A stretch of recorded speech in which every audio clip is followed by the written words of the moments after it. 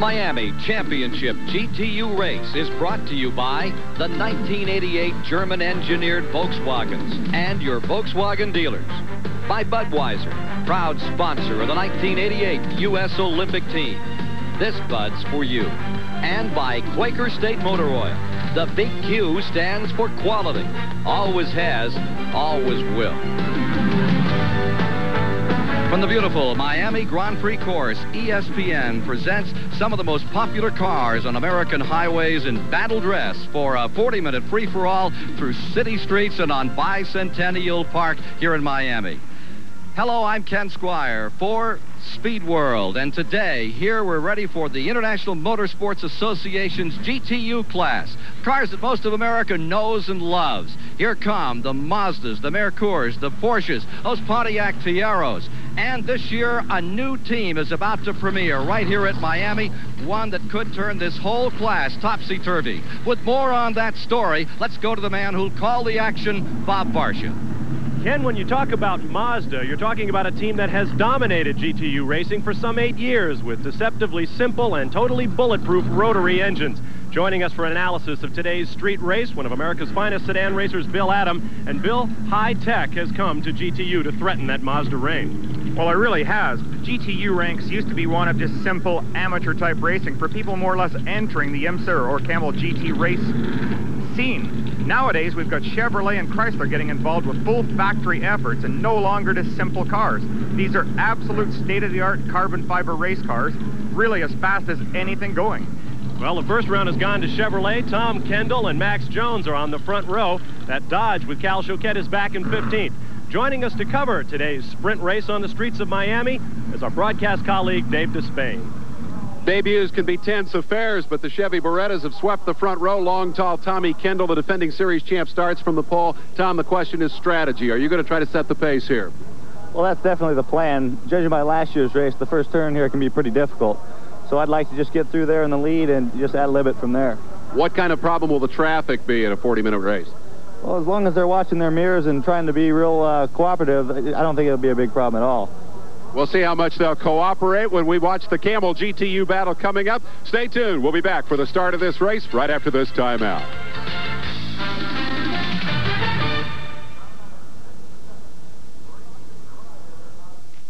The pace lap has begun here in the Camel GTU race on the streets of Miami, Florida. Let's get Bill Adam to take us on a tour of this 1.87-mile street course. The Miami Grand Prix track is 1.8 miles and 12 turns long, but it requires great precision. All these corners require a tremendous degree of braking and, most important, great acceleration out of the corner. All the setups, look at this, ringed by concrete, and you can't make a mistake or your day is finished. Great braking required, and a lot of that braking is while the car is turning. It wants to get sideways. Here's a critical area. The cars are fed through this very fast left-hander, through a little bit tighter left and onto the fast portion, the Biscayne Boulevard straight.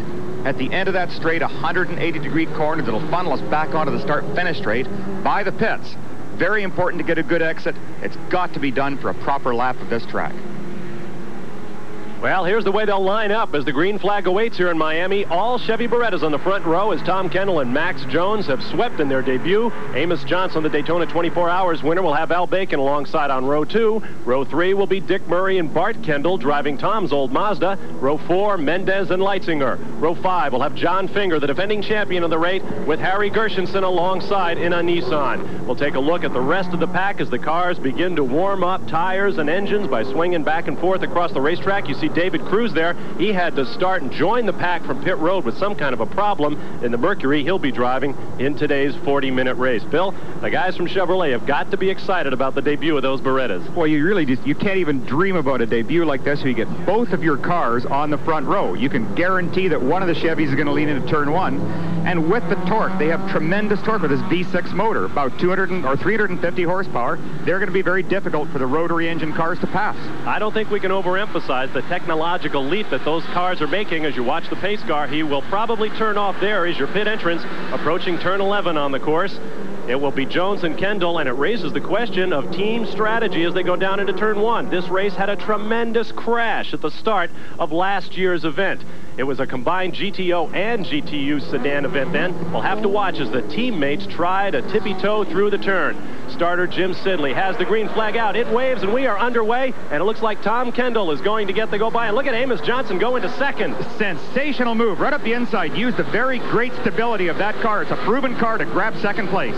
And so make your order. Tom Kendall up front in Beretta number 1, followed by the Mazda of Amos Johnson, the winner of the 24 Hours of Daytona. Behind him, Max Kendall moves into third place, one of the more experienced drivers in the race. He raced 4 different professional series last year. And look at Amos Johnson to the inside. He wants to take first place from Kendall as soon as he can. Johnson's pushing really hard here, and maybe he's taking a little bit of a gamble by running a softer tire compound. You can watch him, and his car is definitely using up less track. He's not sliding nearly as wide, and here he's... Oh, he is. He's going to do a pass on the inside. Now, that's a good example of where you've got to take advantage on the Miami street course. You got to pass on the turns because you don't get a long straightaway in front of you. From our CNC in-car camera in Tommy Kendall's machine, he watches as Amos Johnson moves away. This is a great shot. We're able to compare the two motors, a rotary engine car in the lead, and we're watching from the V6 Chevrolet following just a little bit behind. You see that blue car in the background behind Max Jones? That's Bob Leitzinger. He moved up from 8th. He is now in 4th position. We haven't completed a lap yet. Through the very tight turn number 10. Now on to the backside. Start-finish line just across the paddock from where you see the cars right now. Amos Johnson from Raleigh, North Carolina is the all-time points leader in IMSA Camel GT racing. He's been doing it for 15, 17 years. 4 Daytona 24 Hours victories. There's no more experienced driver. And look at Leitzinger taking over third. Leitzinger just flat blew by using incredible horsepower. He came out of that corner tucked on the inside, and it was like a different class of car. Just screamed by the Chevy. The blue 95 of Bob Leitzinger out of State College, Pennsylvania. Now, the Nissan ZXs haven't been terribly competitive in GTU over the years. It looks like maybe the technology is coming around for them as well. Well, the Leitzinger car had a couple of good runs last year, but unfortunate breakdowns, and I'm sure they're all hoping for today. There you see Bob Leitzinger making his way around. A lot of sharp 90-degree or more, a lot of off-camber turns, a lot of difficult driving challenges on this course, carved from the streets and the Bicentennial Park area of downtown Miami. There you see the skyline in the background as Amos Johnson leads Tommy Kendall and Bob Leitzinger in third. Here we go. We're coming onto the straight now, watching the Leitzinger Nissan right directly behind our Beretta. And look at how the acceleration. Oh, car's got a spin. Car 56, that's Carl Durkheimer out of Portland, Oregon in a Porsche. He whips the tail back around. Looks like there's no damage. Doesn't look like maybe he got it into the wall a bit. No, he's just going to tell his crew that a little bit too hard on the gas on still fairly cold tires. You don't have a perfect traction situation as yet, and these guys are still warming up their tires. Keep in mind that these are streets, and so they are not all paved the way you'd like a racetrack paved. Amos Johnson is your leader, and we'll be back to the streets of Miami for a very exciting GTU Camel GT street race after these important words on ESPN.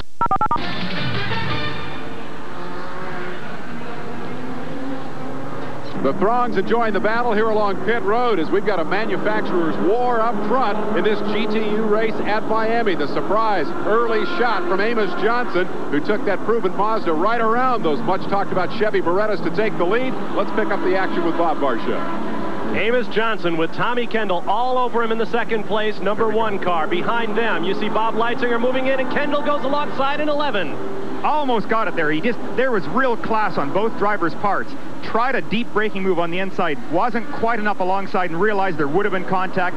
Pulled back. Decided to wait for another try. Down you go inside Tommy Kendall's car once again, and you're looking through the spoiler, the aerodynamic spoiler on the back of his car. There was a lot of controversy in the pits about whether or not these new Chevy Berettas had too much spoiler, and Amos Johnson had the best comment of all. He said, I guess maybe if you can see through it, you don't have to measure it. So anyway, Amos Johnson getting the best of it right now in his Mazda RX-7, number 71. The car that won the 24 Hours of Daytona, changed over now into a street car and leading here in Miami. Let's look at the top 10. Amos Johnson, your leader. Tommy Kendall second. Bob Leitzinger is third. Max Jones in fourth. Luis Mendez in a Porsche 911 is fifth. John Finger, the defending champion, is sixth. Al Bacon seventh. Bart Kendall is eighth. The 24 car running in ninth position. Haven't got a fix on that one just yet. Ken Squire is standing by. With me is Norm Samuelson from Team Highball, Amos Johnson's outfit that jumped out in front. Was that the strategy? Yes, it was. It's too hard to pass at this track. We needed to be as far in front as we could. And stay there. Yes, sir. Well, that's what they intend to do. We'll see what happens. Back to Bob Barsha. And the battle continues up front. You've got an RX-7 from Mazda, Chevy, Nissan, Chevy, Porsche. Then RX-7, Mazdas all the way out through the top 10. So Mazda not out of the battle yet with all these high-tech new cars coming into Camel GT Racing. And look at the battle up front. The 95 car of Leitzinger all over Tommy Kendall. He can't worry about Amos Johnson now. He's got to worry about holding off second place. But terrific battle. What Kendall is doing, he is making feints to the inside. You'll watch as we get shots here. He'll try and come up at the inside just to make his car appear in that lead car's mirrors. Something to try and distract him, take away his concentration a little bit. But also, he has to watch his own mirror because somebody's trying to do it to him. Here he goes. Just see him just pulling out a little bit wide, and he can't pass. He knows he can't pass, but he wants to disturb the concentration.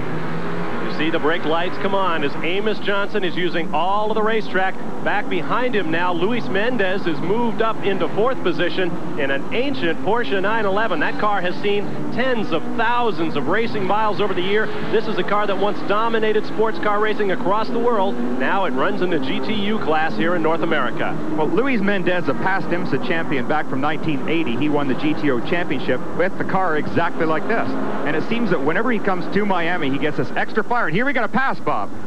You're watching as Mendez has got Max Jones behind him. He's looking ahead. Looks like Leitzinger wants to get to the inside on Amos Johnson, while Tommy Kendall's gone outside and taken the lead.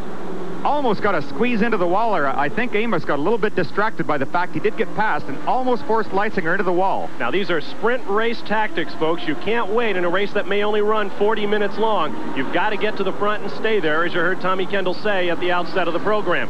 One more point about Luis Mendez. Last year, Tommy Kendall led this race in his Mazda, came together with Mendez on the last lap. John Finger came all the way from 5th place to win the race. That's what can happen in a street race in a sprint format.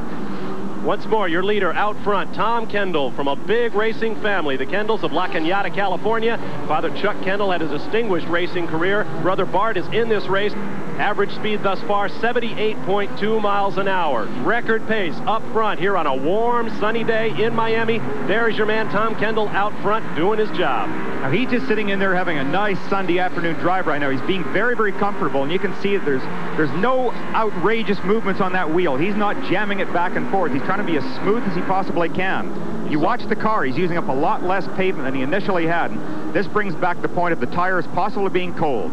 There you see Leitzinger in the blue car, number 95. Looked like he had a notion about Amos Johnson. There is a look from our Metropolitan Life blimp. You can see how the race course was taken from the streets and the parks. A couple of days from now, it will go back to being a public parking facility here in Miami, Florida. Great racing up front as the top 4 cars run nose to tail, and they head down into that dangerous off-camber turn 1. Cruise ships are out here, a crowd of thousands. The big deep ocean sailors are just offshore watching some great racing here in Miami. Great views of these cars. You can watch them and pick up the different rates of acceleration. Now, Bob Leitzinger just got a little bit loose there under braking. He may be getting a bit impatient to try and get past Amos and get a shot of that Chevy himself. Now, how about and Leitzinger on 95 goes underneath Amos Johnson. There's a look out the back of Tommy Kendall's Chevy, and look at Leitzinger move up on Kendall. Oh, wide. I was about to ask you, Bill, one of the problems, you've got to strike that delicate balance in street racing. You want to get to the front, but by the same token, you've got to measure out your car in terms of brakes and tires, or you could find yourself with tires going away. Maybe Leitzinger has that problem. Well, they will be gambling in a race like this. With it being such short distance as far as a time span goes, you can run a little bit softer compound. And on a day like today, we've got 70 or 75 degree temperature. The point of blistering is going to be pretty far away, so you do run as soft a tire as possible. Well, the average speed up another notch. We're close 79.75 miles an hour. Keep in mind, Tommy Kendall qualified for this race at just over 80. Nobody else broke 80 miles an hour in qualifying. Right now, the entire race pack is moving along at close to that speed. Leitzinger is really flying here. You can see his car is just going so smoothly as well. It's very stable. Dave Despain is standing by with a comment. Carson Baird, who's done a fair bit of racing his own self, is the crew chief for Bob Leitzinger. Looks like he's sliding around a little out there. What's he telling you on the radio, Carson? Well, I just talked to him and asked him if it was a little bit loose, and he said the track is getting hotter and a little bit slicker. So He's got everything under control right now, though. In terms of strategy, was this the plan to wait for the Mazda-Chevy battle to shake down and then nip them at the end, or how did you guys approach this thing? Well, we had problems in qualifying. It didn't qualify very well, but we just planned to take it easy in the early part of the race and see if we couldn't get up front and run with the front runner. Carson Baird's man has certainly done that. Leitzinger running third, slipping and sliding a little, but they say they're all under control. That's as close as you get to a dirt track, a street course without a lot of rubber laid down, oil laid down by tires that use these streets for getting back and forth to work all week long have made it a big challenge for race drivers. Don't go away, this one's going to get better.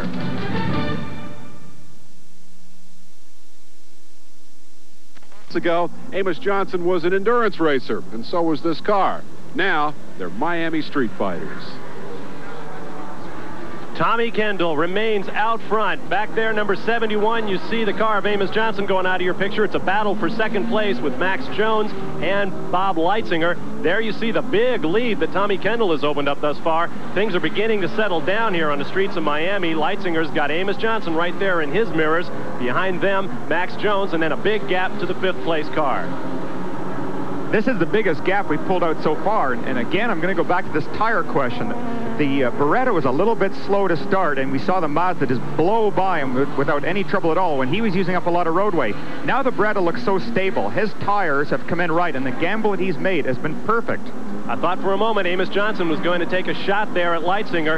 A 2-second gap from first to second. Leitzinger second, with Tommy Kendall out front. There you see the battle for second place. Leitzinger in the blue number 95 car. 71 is Johnson. Behind them, Luis Mendez. Looks like he's moved up. I thought that was Max Jones. Here we've got a pass setting up. Looks like he may try it, Bob. No, he's going to go on the outside and take a run. I think Bob Leitzinger's car, that blue Nissan right there in the picture, is suffering a little bit of a braking problem. Watch as he comes into a corner. You sometimes see the back end of the car wiggle just a tiny little bit, whereas the Mazda, the 71 car, very, very stable and closes up every time. I'll correct myself. That's Luis Mendez, who has made his way up into fourth. Max Jones is back in fifth position. And behind him, a good battle going on for sixth. Al Bacon has moved up to take that spot. Bart Kendall is in seventh. Looks like George Robinson of the 74 car now up to eighth. You're watching the battle for second place on the racetrack as your leader, Kendall, has now put this slower car between him and his pursuers, Leitzinger, Johnson, and Mendez. Now here's a situation, look, they all cleanly got by this lapping card, a back marker that's really going to hold them up if they're not careful or if they get caught at the wrong place. What's going to happen on a situation like this with a track so tight? Brakes don't get a chance to cool. You're using them very hard every single time, and you don't have that long straight to cool them. So brake problems will start to develop now. Bob, we have a real tire war here in the GTU class in 1988. That lead car, Tommy Kendall, is on Goodyear's. The second place car right now, Leitzinger, is Bridgestone shod, and it's Yokohama tires on Amos Johnson's car that won at Daytona. Different brands in the top three positions. And meanwhile, we got a battle. There is Leitzinger and Amos Johnson going at it. You're looking out the back of Tommy Kendall's car, and Leitzinger has got second place, Johnson third, as they battle through traffic with Luis Mendez in very close attendance. Now, just the situation we spoke of a minute ago that you don't want to happen. You're catching a back marker at the worst possible point. Entering a situation where the track is very congested, you can't get past. Look what it cost Johnson. He did have a shot at passing that car and couldn't take it. So Leitzinger is your second place runner, Amos Johnson third, Luis Mendez fourth, Mac Jones is back in fifth, and Bart Kendall and Al Bacon having a spirited battle for sixth. Right now, Tom Kendall has opened up a big lead. He is the youngest champion in IMSA history at age 19. Not satisfied to win one championship in this class, GTU. He also picked up a second one in street stock, co-driving with Max Jones. He then defended his GTU championship last year. A lot of people thought he might move up into maybe one of the prototype classes in Camel GT racing, but with this opportunity to run with Chevrolet, Tom Kendall snapped it up, and now he is the leader in a debut effort for the new Chevy Berettas on the streets of Miami. And we got a spin. Car number 32 has spun in a big ways in a dangerous position. That's Morris Clement out of Collinsville, Illinois. He's driving a Nissan 300 prepared by George Alderman, who's been doing it for 30 years. You can see by the tire tracks, Bill, he looped it. Yeah, he's just trying to get on the gas a little too. Oh, and look at this. Those are your leaders. That's Amos Johnson and Leitzinger. Kendall is already through. Mendez in fourth position. Here they come into turn 11. Incredible pass. Exactly the same position where last lap he was forced not to make a pass. This time he took a good chance, cut to the inside without getting any contact, and it was worthwhile for him. Boy, you look at the way Leitzinger's car is sliding all over the racetrack. Tremendous battle, and look at Luis Mendez just coming back up in that old Porsche we talk about. Hats off to Bob Leitzinger for a tremendous piece of driving here. It looks like his car is not handling the way he'd like it to, but still he's able to hold off Amos Johnson. Now here comes Mendez. Oh, wrong place to try. You don't want to get in too tight there, and now he's going to be way on the outside of the track. Look at the amount of room, whereas a second ago he was right up alongside of that car. Now he's a clear 2 car lengths back just by being in the wrong place. What a street fight as they make their way through Bicentennial Park, and up onto the curbing goes Leitzinger. Boy, he is having to just wrestle that Nissan. He's really working hard, particularly with both these fellas being on his tail. You're always aware of movement in the mirror, and the more you see, the more your concentration goes away. Both of these guys are going to be working on it. Mendez particularly, he's going to have 2 cars now to work on, and I think you're going to see him challenge that 71 car of Amos Johnson in just a moment. 3 terrific race drivers, a lot of experience on the racetrack. Now we have a yellow flag out on the racetrack. The entire field will begin slowing down in position. There is a yellow flag, a full course caution, and we see if we can figure out what has brought it out. I suspect that maybe that car that we saw stopped sideways across the track. It's in a very dangerous position, and if you do get somebody trying to make a pass out of that corner, you can come right up on them in a hurry, and your vision is blocked. You could get a T-bone situation. Safety is paramount. We've got to get that out of the way. From high above Biscayne Bay, packed grandstands and a big crowd in the paddock as the Camel GTU race winds itself down. The safety car is back out on the racetrack. Tommy Kendall will bring the rest of the field in tow.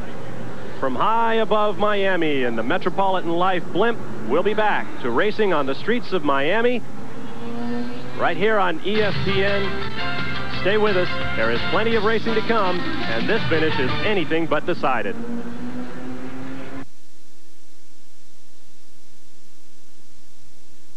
Ricky Rudd talks about Quaker State with QSX. If you're like me, you want your engine to perform. You want it to run clean, and you don't want sludge. That's why you and I both need Quaker State with QSX. QSX keeps dirt particles in suspension, so they're trapped in your oil filter instead of sludging up your engine. No other oil runs cleaner or fights sludge better.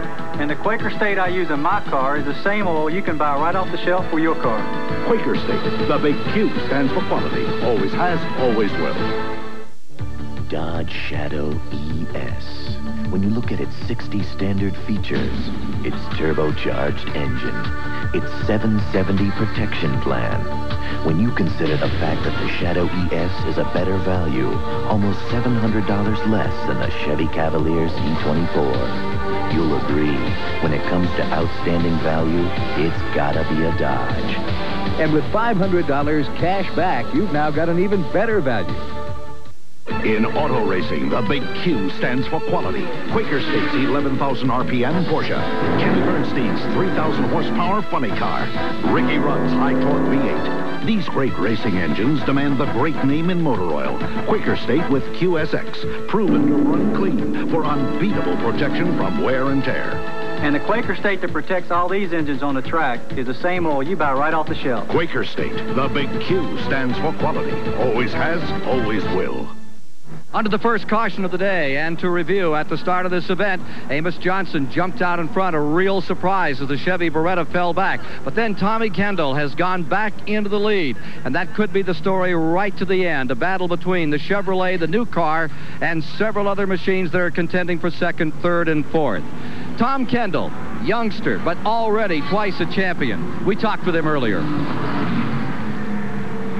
21-year-old Tom Kendall has traded his proven Mazda, in which he won the last 2 GTU class championships, for a brand new factory-backed Chevy Beretta.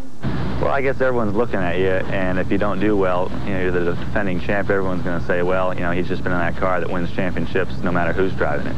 So now I have a little added pressure, and you know, I like that. I thrive on that, and it really, you know, makes me challenge myself. I could have stayed where I was and gone for a third manufacturer straight championship, which it wouldn't have been easy, but you know, all the factors would have been the same as before. Whereas now I'm having to really reach deep down inside and challenge myself. This year, Tom Kendall gets his economics degree from UCLA, but his major has always been motorsports. Well, my early exposure was to boats, and I was just around boats, you know, family went on vacations and so forth, and I used to hop in anyone's flat bottom and go dragging up and down the river with them when I was, 8, 9 years old. And so I really thought I wanted to be a boat racer. And then as things went along, I got into motorcycles, go-karts, and when I started getting close to the age where I could drive a car, I knew this is what I wanted to do. Final question, Tom. What's the ultimate goal for a student racer who claimed his first championship before he was old enough to drink his first victory champagne? I have to say it'd be running on Memorial Day in the Indy 500 and hopefully winning that race. Well, a young man who is very much used to winning, and there are plenty of victories in the future for Tom Kendall. Meanwhile, we are still under caution here in Miami. Your leader is Kendall, followed by Bob Leitzinger in a Nissan. Amos Johnson is third, and Dave Despain is standing by.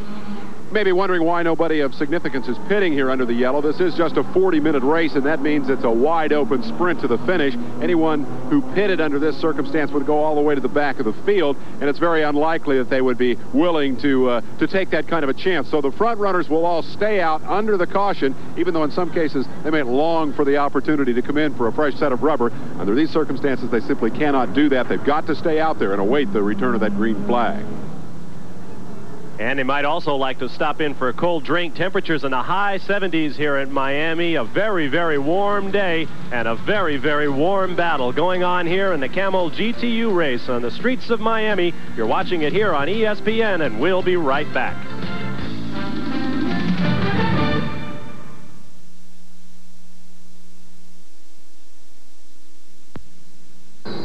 At Volkswagen, our engineers believe car and drivers should not merely act, but interact. To them, a Volkswagen isn't a vehicle for the driver, but rather an extension of the driver. Our engineers believe the most important moving part of a Volkswagen is the one behind the wheel. Lease a 1988 Jetta for only $139 a month at your participating Volkswagen dealer. There's no place on earth that I'd rather be than out in the open where it's all plain to see. If it's gonna get done, it's up to you and to me. There's no place that I'd rather be. Head for the mountains of Bush. Head for the mountains of Bush. Greer.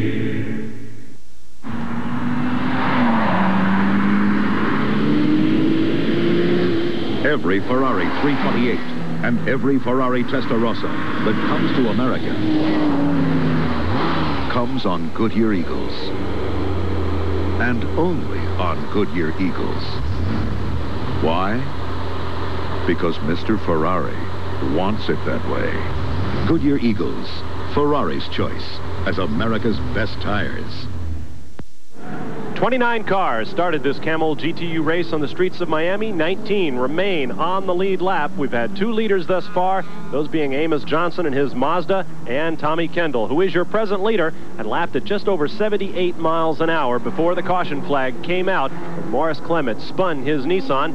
And the wreckers have been out there getting Morris squared away, and when they do, we'll be back to racing as a sun-drenched crowd looks on here in Miami. Well, this is going to be very, very interesting at this point. We had a situation where probably Bob Leitzinger in that blue Nissan, the number 95 car, was having some sort of a temperature problem. Whether this was related to an engine problem in that he had to shift at lower RPM or possibly overheated brakes, which is very likely on a track like this, this will definitely give him a lot more speed for the first 5 laps again.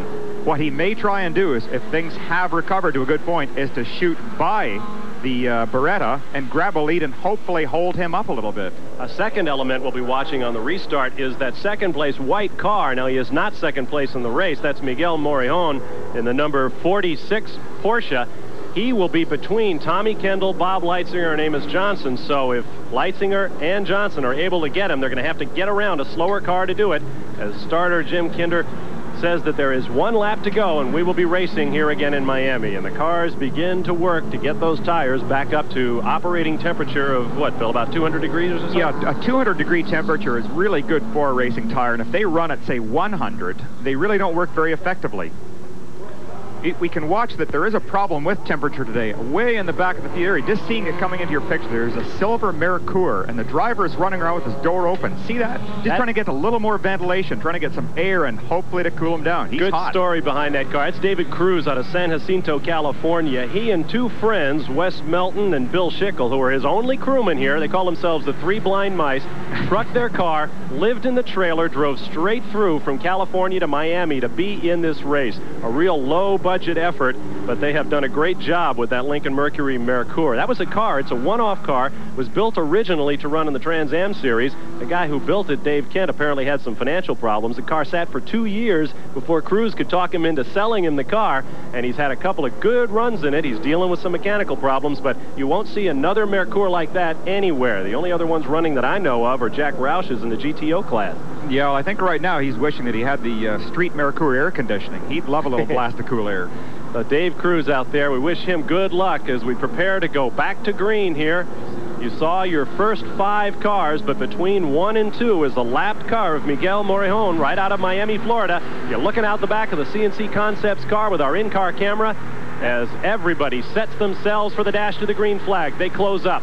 Tommy Kendall with his hand on the shift lever. He'll go down to, what, Bill, maybe second gear for the restart? There we go. We're back up into third, now into fourth, and he's hard on it coming around this corner. He's going to finish this corner right as hard as he can go. And look at this. Leitzinger's passed already. Wow, Morejon gets blown away as he moves to the inside, let the other cars go through. He almost gets back out there into Luis Mendez, but right away, Bob Leitzinger is able to close up on your leader, Tom Kendall, and we're back to nose-to-tail racing. Now we're going to see, did this little space really help the Nissan? Does the cooling... Oh, no, and another car's out already. He's underway again, though, no problem. It's not going to be a yellow flag situation. Tom Franks out of Laguna, California, looped the number 76 machine. That is a car that Tom Kendall introduced in the last race of last season in Del Mar, one you fans saw here on ESPN. That car was driven. It was a new generation Mazda RX-7 for GTU racing. It was bumped up to GTO class for the 24 Hours of Daytona. Tom Franks has got himself a ride in that car now, and I'm afraid he has looped it. He's going to drop some spaces back. Oof. We're still seeing Luis Mendez pushing very, very hard right on Amos Johnson's tail, and Luis is still doing this feint to the inside. Now Tom Kendall with Bob Leitzinger all over him on to Biscayne Boulevard, one of the world's most famous resort city streets. And he has got Leitzinger all over. Now we're showing a caution at one of the corners just below our announce position, nowhere near where you see your leaders now. Leitzinger looks to the outside, comes right up on the back of Tommy Kendall's car. We are not showing a yellow flag from the flag stand, though, so it'll be green flag racing as these guys come flying down the front straightaway. Let's see if Leitzinger will take a shot at him. And look at, I don't think he'll try it into turn 1, but he's definitely going to fill up the mirrors. You'll see him, they'll go through here, they get a little bit wide and try and get that good shot up into 3. Now here's a great in-car shot, and watch the acceleration differences. The Nissan is right there, and look at this. He's closing on him, actually pulling on that V6 Chevy. And Amos Johnson looks to the inside. He may try to get alongside Leitzinger. No, Mendez to the outside, but they're going to have to fall in a line. That's a very, very tight turn. Tremendous battle, but by Amos Johnson going wide, this has given Mendez another shot. Look at this, 4-car, tremendous racing. Those are your top 4 right there in your picture. Just to the top of your screen, you saw Max Jones trying to get that other debutante Chevy Beretta back into the race. Good battle.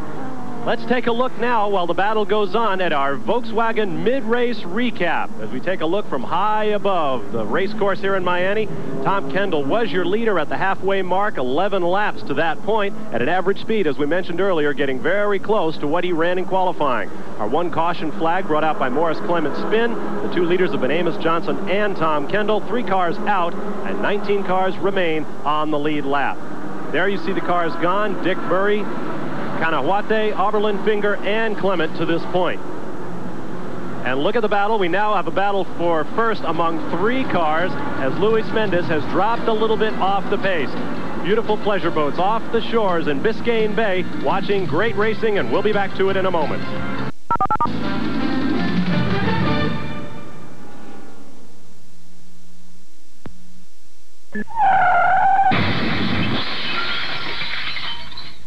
I'm Dominic Wilkins. Fortunately, I haven't been in an automobile accident, but quite a few of you have. If you're having pain from whiplash or are having lower back pains from work-related injuries, I suggest you contact the Brown Arrowhead Clinic nearest you. I did. For an immediate appointment at the Arrowhead Clinic nearest you, call 961-5577 now. Be like Dominique. Get relief at your nearest Arrowhead Clinic. You don't have to suffer. Escape the day's pressures. Fill your nights with pleasure. Take an overnight vacation tonight, every night, on a Carolina waterbed. Right now, you'll find overnight vacation sale tickets on our Scandinavian wall system, just $5.99. And the beautiful Tiffany Rose for only $5.99. Take an overnight vacation in a Carolina waterbed. I'll take an overnight. Less than a second, 81/100ths of a second to be exact, covering the first to third place cars. Amos Johnson gets by Bob Leitzinger. Give it to the 71 Mazda RX-7. Here comes Leitzinger and the Nissan to the outside. Mendez right behind. But it looks like Amos Johnson has a hold on second place for right now. Great move, just a fraction of a slip by Bob Leitzinger. Coming out of the second corner, gave Amos a good run at him, and then used the strong Mazda braking to get alongside and pass him into turn 3. Bill, you suspected earlier that Leitzinger was maybe losing the edge off that race car. I wonder if maybe it's starting to go away now because he spins it again. You see the blue car in the back, and Luis Mendez comes alongside, battle for third. Really, I think those were just two mistakes, that he's really got the car sliding under a back-end problem. It's not all four wheels going, just the back end of that car is getting very, very loose. And there is Luis Mendez, who has assumed third place as Amos Johnson gets a little breathing room. He is comfortably in second. I think the Leitzinger Nissan has got to have a problem, because look at this. We don't even have him in the picture at this point, and that's not normal for Mendez to pull out a lead like that in one half lap. Not even close. Mendez, you see in the right rear corner, is taking a shot from somebody. Ken Squire said we're in battle gear here on the streets. You got to be ready to use your fenders, and Luis Mendez has lost one of his weapons. Now you see we're lapping a slower car. That is Fred Staffolino out of Steubenville, Ohio, moving very, very slowly. He's got to do everything he can to stay out of the way as the battle goes on around him. There you see Amos Johnson, Raleigh, North Carolina, Team Highball.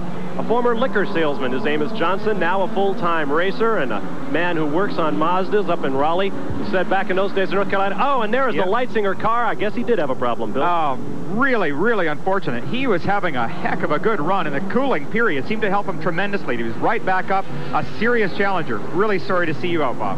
That is a shame. Bob Leitzinger at a State College, PA, home of Penn State University, gave it a great, great run today. I was mentioning Amos Johnson before. Back when he was a liquor salesman, he wanted to advertise, and the only way he could do that was to call himself Team Highball.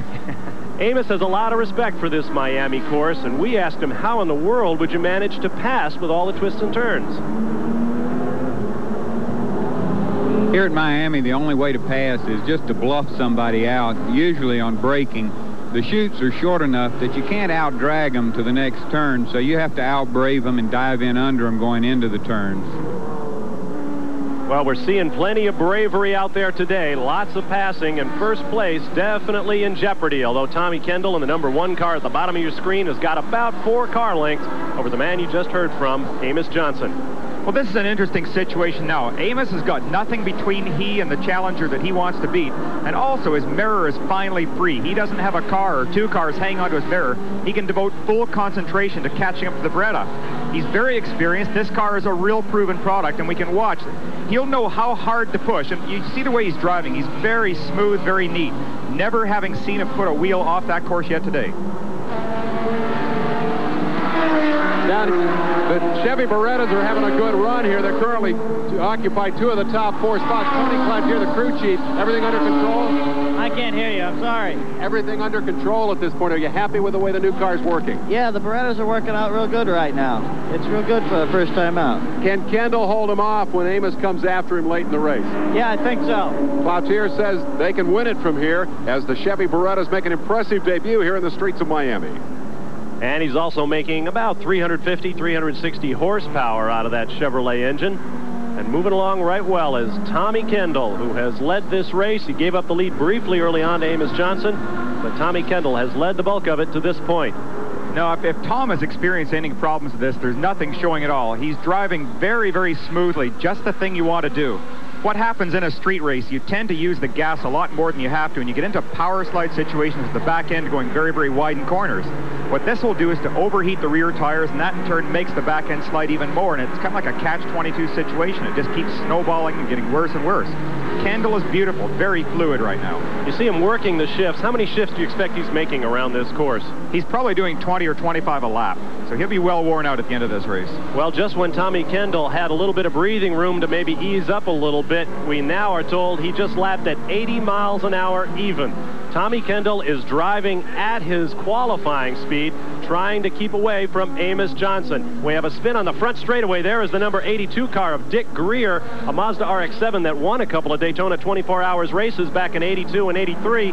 There you see him getting, and he's got a fire under the hood. It looks like some oil has gotten loose and has ignited under the hood of Dick Greer. Definitely has. He better scoot out of that car pretty quick and let some fire people get over there. 82 Dick Greer out of Columbus, Ohio. Now you're beginning to see a lot of smoke. This one's not going to go out right away. Open comes the door, and looks like we've got another driver out there trying to help Dick Greer get out. Well, this is going to create another situation. We're definitely going to have a pace car out here once again, and it's going to close the field up. Kendall's day just keeps getting made harder and harder as he keeps getting smoother. And now you see the other problem created. Nobody can see through all that extinguisher smoke to see where the wreck is, and you saw, I think that was Tommy Kendall who just made it by the tail of that car. As a matter of fact, while all that happened, Bob, Amos Johnson got past Kendall as they came by that incident. Now, okay, let's see, Dave Despain is standing by. Dick Greer has come out of his automobile as the fire crews are attending to him. The field, meanwhile, streaming by, and here amid all the fire extinguisher smoke, it's a bit of a mess. We're going to try to get a word with Dick Greer, the driver who has just come out of the car. Dick, what happened? I was trying to pass a slower car, and he forced me out, and I just lost it going too fast, Dave. Any idea where all the fire came from? Huh? Any idea where all the fire came from? No, I don't. Not up front. I pulled the extinguisher as soon as it happened and shut her down. You didn't get hot, didn't get cooked? Oh, I didn't get hot. No, I got out. So he's in good shape. The car's a bit of a mess, and it's going to take a while to clean things up. And there you see Dick Greer's remains of the RX-7 that caught fire. Let's take a look at what happened to Dick Greer a moment ago. Here he is, really wide in the corner. You can see he almost tags the wall on that side, and he comes across, and straight into the inside. Bang! Everything gets compressed at this point. This is where your shoulder harnesses are paid for. 10 times over. Thankfully, car has stayed where it is. And that's the remains of Dick Greer's Mazda. They're going to have to slow everybody down and get the field underway. We'll be right back. Dodge Shadow. It's a better value than any import compact, just $79.95. Now it's even better with $500 cash back. When it's gotta be right, it's gotta be a Dodge. The front-wheel drive Dodge Daytona. Hundreds less than Ford Mustang LX hatchback and thousands less than Chevy Camaro Sport Coupe. Just $89.95. When it's gotta be right, it's gotta be a Dodge. A tradition of horsepower.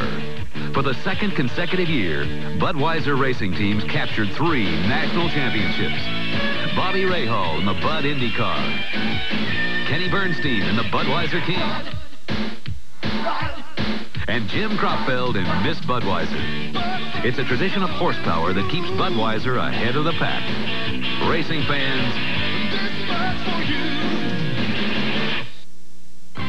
Sunday, daredevil drivers try to stay alive on one of the fastest racetracks in the world. NASCAR's Goodwrench 500 from the North Carolina Motor Speedway. Sunday at noon Eastern, live on the ESPN. Well, just when you'd expect to see a caution flag here on the streets of Miami, there is none. Dick Greer's car remains in the middle of the front straightaway, but we're under green. Bill Adam, you called it earlier. Amos Johnson used the smoke of the fire extinguishers to make a pass on Tommy Kendall, who was very gingerly tippy-toeing around the wreck, and right now, Amos Johnson's back out front. Well, Amos he pulled a pure NASCAR move right there and racing back to the flag. I think with all the action that you can tell there's going to be a yellow flag at the situation, but until you actually get there, you can't pass. Kendall got off the gas being very cautious and had to pay for it. Now, Amos has a nice lead at this point.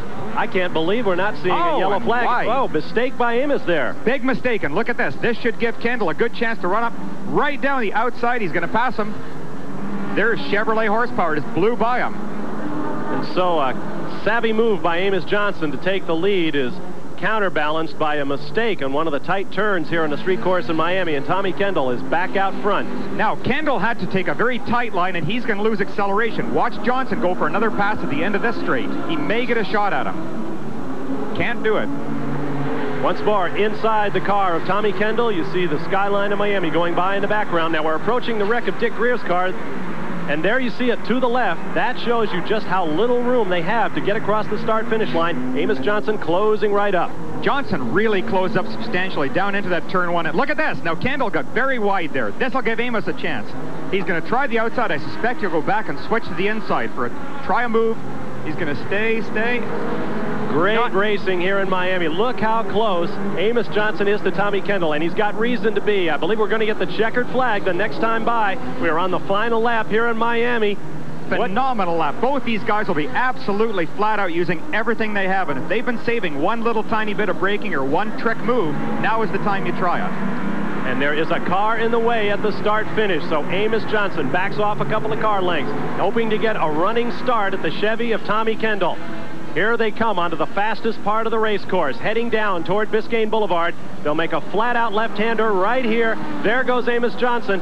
Tommy Kendall with a big lead right now. If Amos is going to do it, it's going to have to be under braking. The Chevrolet power is really impressive coming down that straight, but the Mazda strength is right here, braking. Look how he closes up, and he has got one shot left. That's the big 180-degree corner leading onto the start-finish straight. That's the only chance he's got. One more turn remains as Tommy Kendall has a 3-car length lead over Amos Johnson. Here they come. Remember, the wreck is out in the middle of the racetrack. There it is. Here comes Kendall wide, and he goes inside. Amos outside.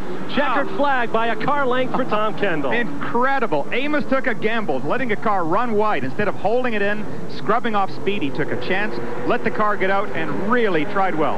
And Tommy Kendall gets down the netting. I'm sure what he wants more than anything is to get some air into that race car and celebrate a debut victory for the Chevy Beretta here on the streets of Miami. And there is Amos Johnson. And I'm sure the first words out of Amos Johnson's mouth would be, congratulations to Tommy Kendall. Wasn't it a great race? Just an outstanding job by both these drivers. They really showed a tremendous degree of skill and talent today. No chopping each other off, just good, clean racing. A happy young Tommy Kendall, 21 years old, out of La Cañada, California, as one more victory to a rapidly growing pile in Camel GT racing. All right, Tom.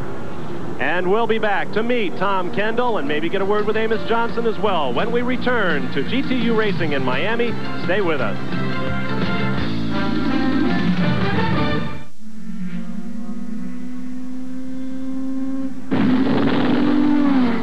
Every Formula One Ferrari, every Ferrari 328, and every Ferrari Testarossa that comes to America comes on Goodyear Eagles. And only on Goodyear Eagles. Why? Because Mr. Ferrari wants it that way. Goodyear Eagles, Ferrari's choice as America's best tires. Dodge Daytona. When you look at its long list of standards, its 770 protection plan, when you consider that Daytona is $346 less than the Ford Mustang LX hatchback, we think you'll agree, when it comes to price and performance, it's gotta be a Dodge.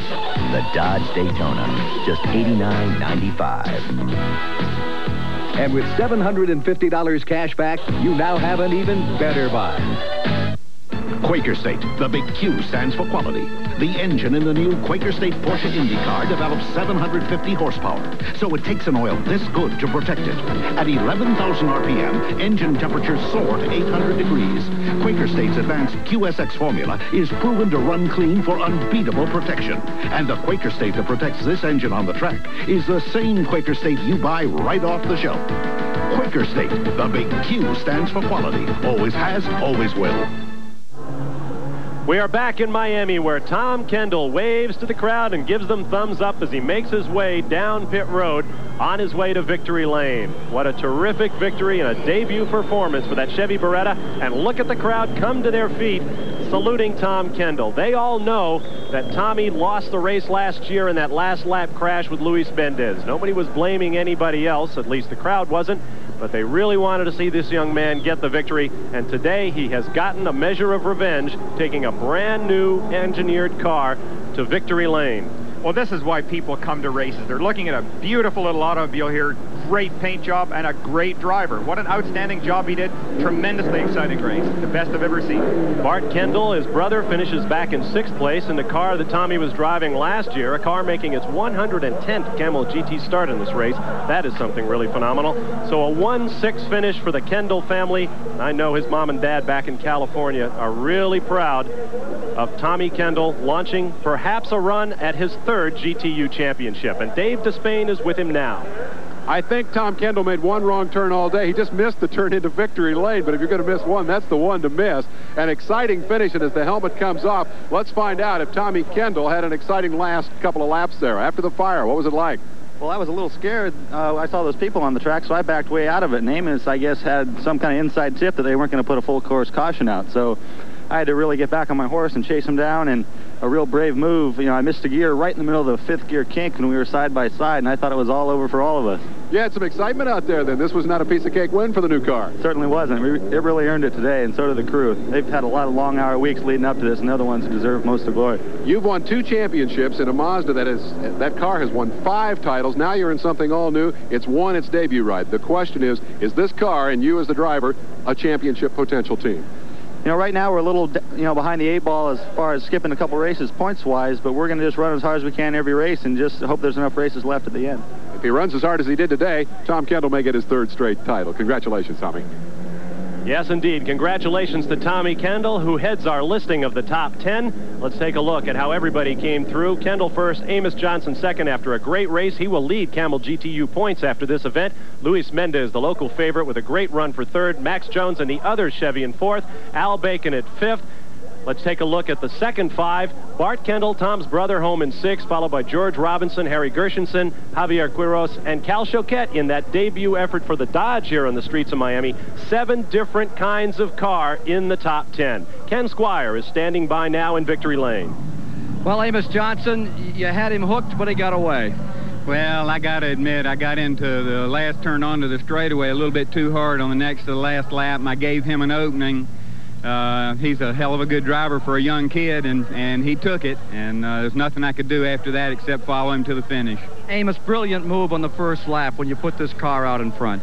Well, we had tried some tests in practice to see what sort of acceleration we had right there, and I knew I could get into this first turn deeper than most of the cars, so we wanted to try and split the 2 Berettas so they couldn't get together and do a team job on us, so I went for it.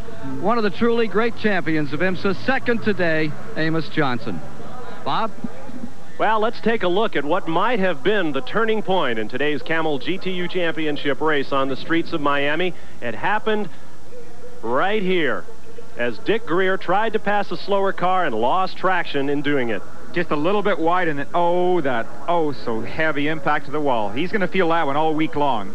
That was on the 22nd lap, lap 22 of the race, and immediately after it bounced back into the middle of the racetrack, the oil line or fuel line exploded in flames, and as you heard Dick Greer say, he hit the extinguisher which controlled the fire and gave him the time he needed to make the escape with the assistance of another driver as the crews closed in. No problem there, raised a bit of dust. Amos Johnson was able to use that to get by Tommy Kendall and take a brief lead, but Kendall got him back when Amos Johnson made a mistake on a high-speed part of the race course, and as you heard Amos say, it was a great battle down to the finish. Age and experience not quite able to triumph over youth and enthusiasm on this occasion. No, it really worked out just to be a perfect matchup for us today. You couldn't have asked for a better race. Both drivers showing tremendous talent, both brilliantly prepared cars. No problems with either one, and what a debut. There's a big crowd here having enjoyed the Camel GTU race here in Miami, Florida. A terrific win for Tommy Kendall with Amos Johnson, Luis Mendez, Max Jones finishing 4th, Al Bacon 5th, Bart Kendall 6th, George Robinson 7th, Harry Gershenson 8th, Javier Quiros 9th, Kal Showket in 10th. Is it a new dawning here in Camel GTU racing? Is this new technology going to change the face of what was once a very simple class, Bill? I really think it is. For a car to come out in its brand new race to win like this, it's got to only get better. Ken Squire is standing by now with final thoughts on today's race. Well, the celebration begins here in Victory Lane, and it's the story of the old and the new. Amos Johnson, one of the great champions, and this kid, Kendall, who can do nothing but skyrocket. And in this series, you may see him go for his 3rd championship, although it could be just that first-time luck that sometimes comes around when you bring a brand-new car out of the box. Miami was a tough track, and that car, that Beretta, stayed with it, and certainly Tom Kendall gave Amos Johnson all he could handle here today. What a great start to the GTU races in 1988 here on ESPN Speed World. For Bob Barsha and Bill Adam, Dave Despain, I'm Ken Squire. That's the story from the Miami Grand Prix course of the GTU race of 1988.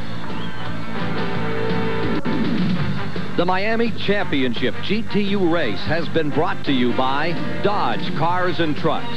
When it's got to be right, it's got to be a Dodge. And by Quaker State Motor Oil. The big Q stands for quality. Always has, always will.